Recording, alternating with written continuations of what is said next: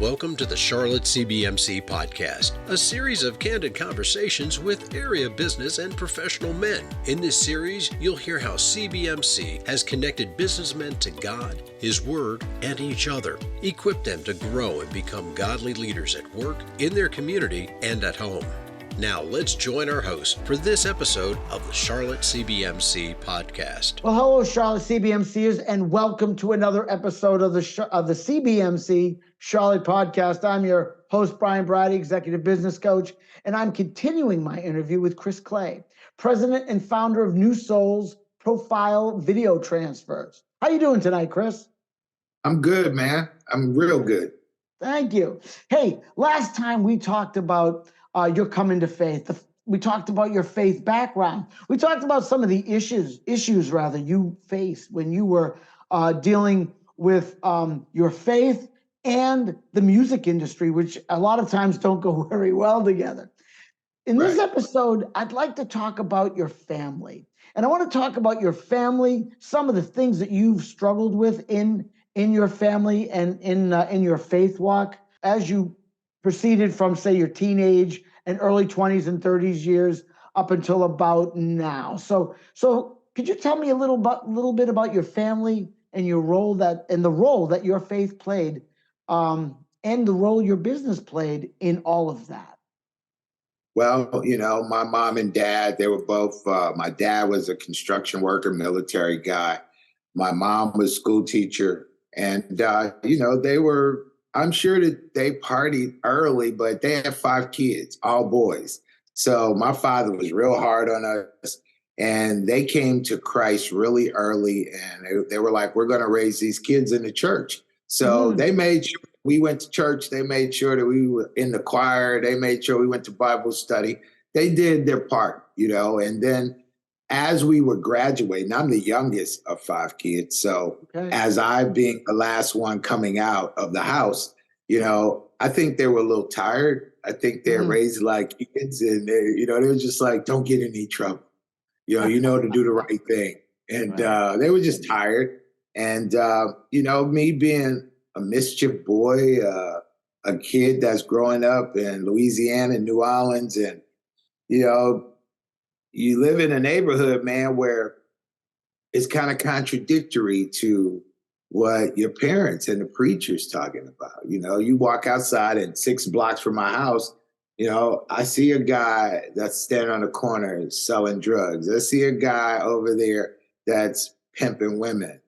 I see this in my neighborhood, and I'm grateful that most of those guys, because they knew my brothers and they were quick to say, man, get away from here.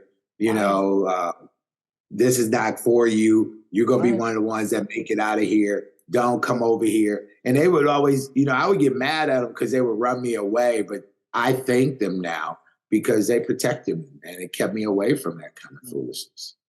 Well, that's awesome. And a lot of times that's what it takes, doesn't it? I mean, it takes some older people to kind of help steer you and guide you. So let's talk about your, because I believe you have 2 daughters, right? And you're married. Yes. Talk to me about the faith situation as a husband and a father, because as you know, those are some big responsibilities. So kind of let me know what that was all about. Well, being a dad doesn't come with a handbook, and you want to be a little bit different than what your dad or mom was. So, my first daughter, we gave her a lot of leeway. Like, we were going to raise you in the church, but because me and her mom was both in the radio business, they're like, we're going to let you meet artists. We're going to let you go to certain concerts and stuff like that. But as my faith continued to grow, I started, and I started getting into making a lot more hip hop music and stuff like that. Right. And my daughter said to me, I'll never forget this. One day when she got her first iPod, and I was like, "What is it that you're listening to?" And then I got on her because she was listening to some hip hop record, and I remember when she said it, and that gave chills on my body, because she said, well, Dad, why are you fussing at me? You made the record. So let me make sure I understand this. She was listening to a record that something I you made. made, and Right. you found it was inappropriate for her. Absolutely. And so I Oh, realized at that point, it was like, don't do as I say, do as I do. Right, right. And so at that point, I started saying, okay, man, I can't do this because I got a daughter that's really trying to listen to this kind of stuff. And if I don't want her to listen, then I'm going to have to change the course of where I'm going.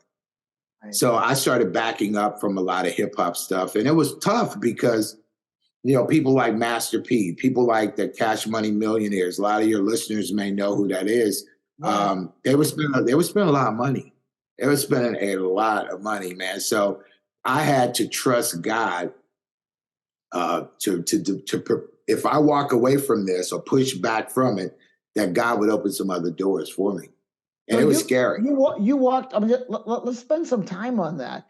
I mean, because you were dealing with some pretty high profile people in the music business. There was Absolutely. A lot of money involved, and you had to walk away from that. Yeah, it wasn't like I decided overnight. It was a tough call, man. You know, so it took me about a year and a half that I just started backing. I started backing out slowly. All of a sudden, I became really busy where I can't do it today. I can't do it tomorrow. And I just had, you know, it was a very scary thing. And I used to always say to my wife, like, I don't know, man, you know, I'm giving up this. I sure hope that God provides. I know that he's going to provide. And then my faith just had to kick in. But the devil was also in there saying, I don't know why you're giving it up, man. You know, God may not be there on time, you know? So it was a real scary thing. And trying to live a certain lifestyle, you know, like we had a lake home and all that stuff, trying to, you know, I needed to make that money to provide that lifestyle for my family. And so, you know, it was a scary thing. And that's when we built the video thing. You know, it was like, okay, I need to do something to supplement this income.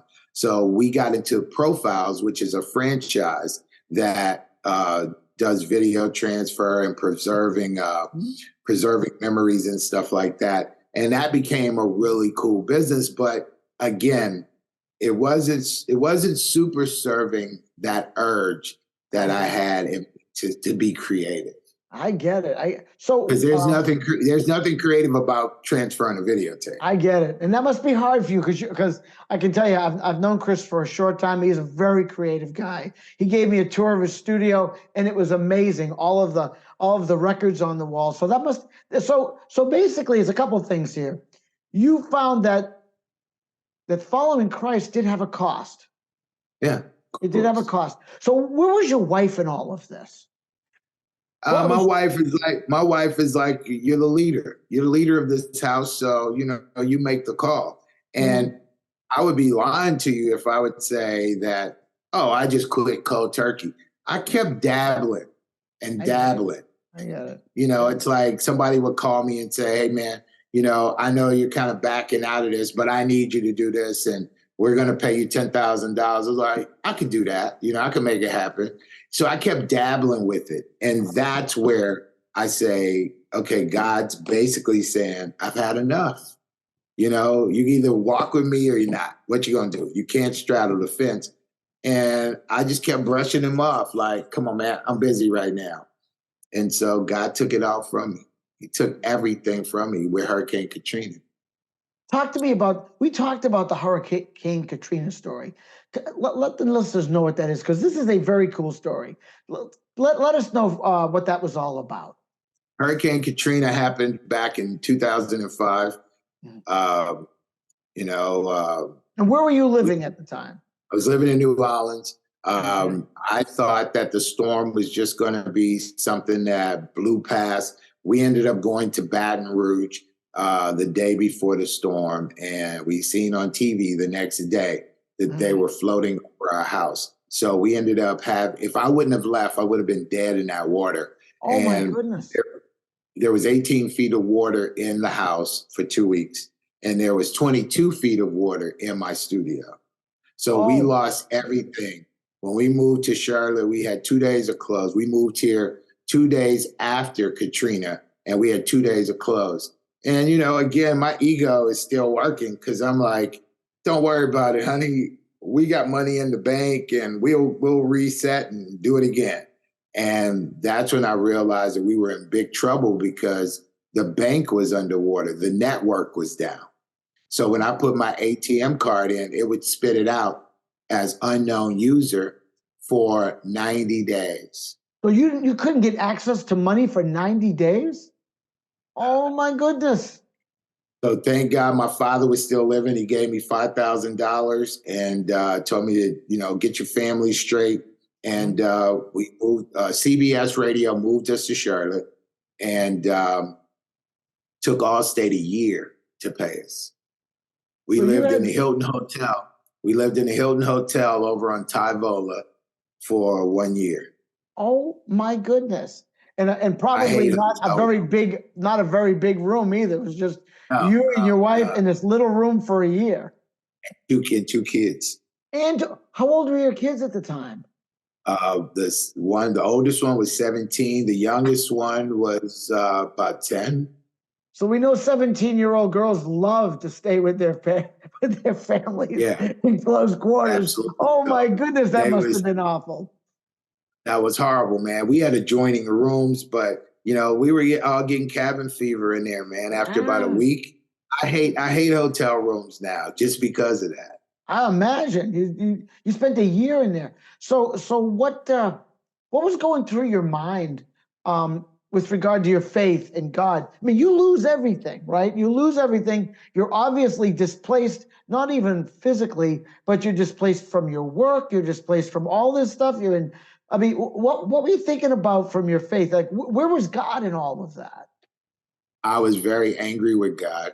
I was very, very angry because I could not understand how God would give me something and then take it back. Yeah. But then I quickly learned that after talking to my pastor and people like that God never gave it to me.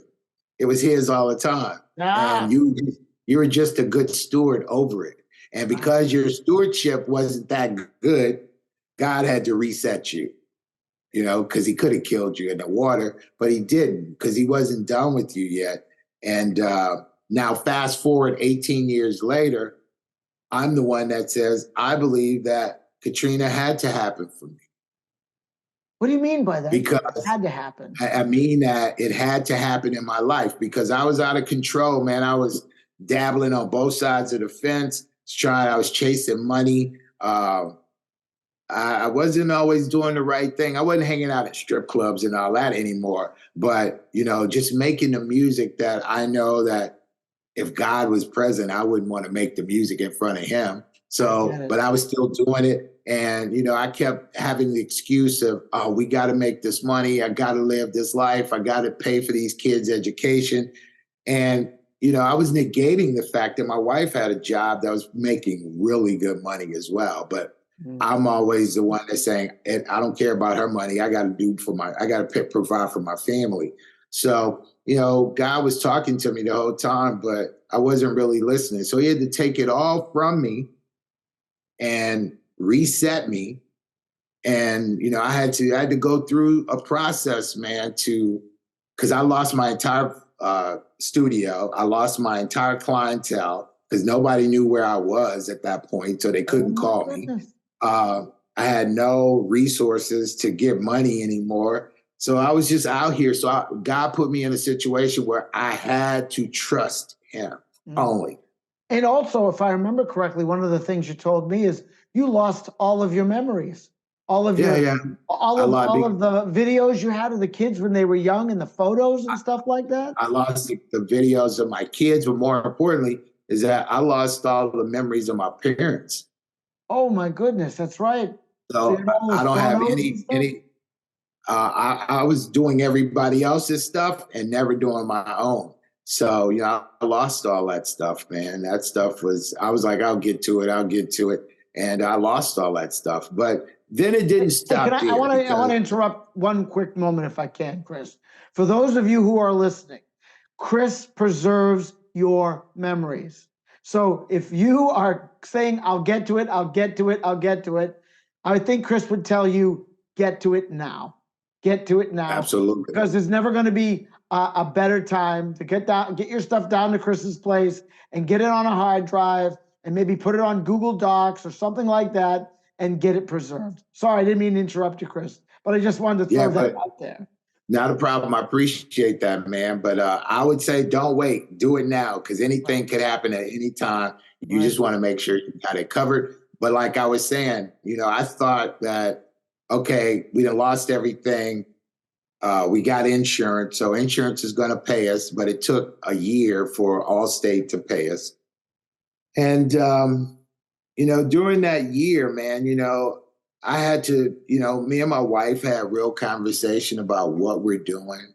Like you were always working, you were never home. I was raising these kids by myself. Yeah, you took them to school, but I was the one helping with homework. You were missing basketball, baseball, cheerleading. You was missing all that stuff, and you was blaming it all on work. And basically what I was saying was, so what are you saying? And she's like, if we're going to start over, then we probably need to start over totally without you. Oh my God. In that year that you were in that hotel, your wife told you that? It's like, we're going to start over then. We need to start over because you were never there. And so my question was, do you still love me? She's like, I will always love you for the kids that you gave me, but I'm not in love with you. Oh my goodness, Chris. So I got to date real fast, man. I was like, look, God, I don't want no other man raising my kids. Let me show up. I didn't have no friends here, and I didn't have no business here. So I focused down on, let me date you. Let's try and turn this around. Divorce is not what I want. I'm sorry.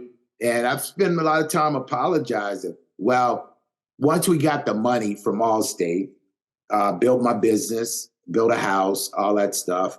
And the day the business was supposed to open was when I realized that God still ain't done with me. Because I was super tired and I thought I was grieving. So I ended up going to the doctor the next day, which is the day before the business was supposed to open. And my doctor said, hey, man, you got cancer. Oh, my goodness. So I had to keep the business. Now, mind you, I've signed up for this business that's costing me $2,500 a month in rent. I can't open and make any money. So I'm spending my money from Allstate to keep the place going with no customers. I had to do that for 1 year as I went through cancer treatment. Oh, my goodness. And I thought I was going to lose the business. I thought that, well, we never going to open. I'm going to lose it because I can't continue to support like this. And God showed up, man, once again. It's like I didn't lose anything. The business has been here for 18 years now. And I didn't lose nothing. And God continued to provide. And but he had to teach me a lesson, man. The lesson that I learned was, it's like, man, you got to stand for something. And the more success that you have, you should be trying to support other people, man. Like I was never the one that would rob, kill, or steal, but I was the one that wasn't quick to help. If you ask me for help, I'll be like, I don't owe you any help, pay me and I'll help you. Well, the more money you make, man, the more you should give, the more you should volunteer, the more you should help. And today, I'm the person that's like, I'm always looking for opportunity to volunteer. I'm looking for opportunity to mentor young kids. I'm looking for opportunities to be able to, just the other day, I was at the corner store where I get tea from every day. And a lady was counting out $20 in gas, in pennies. Man, put that on my credit card, man. She was holding up the line anyway. I need to get to work. Right. She come running out. You didn't have to do that. I'll pay you back. I was like, if you can find me, you can pay me back. Right. She's like, well, what's your name? My name is Santa. She's like, I said, if you can find me at the North Pole, man, then you can pay me back. Because now I just want to support, because I got to see the outpouring of support of people. When I got to Charlotte, man, there was so many people trying to help me and wanted to, hey, man, do you need money? Do you need this? And I thought it was really weird because, again, that wouldn't have been anything that I would have done. So I thought it was weird. Like, why are these people offering me dinner and money and all this stuff, But now I realize that that's why those people are having such great luck, because they know what the plan is. God says, what you do to least of them, you do to me.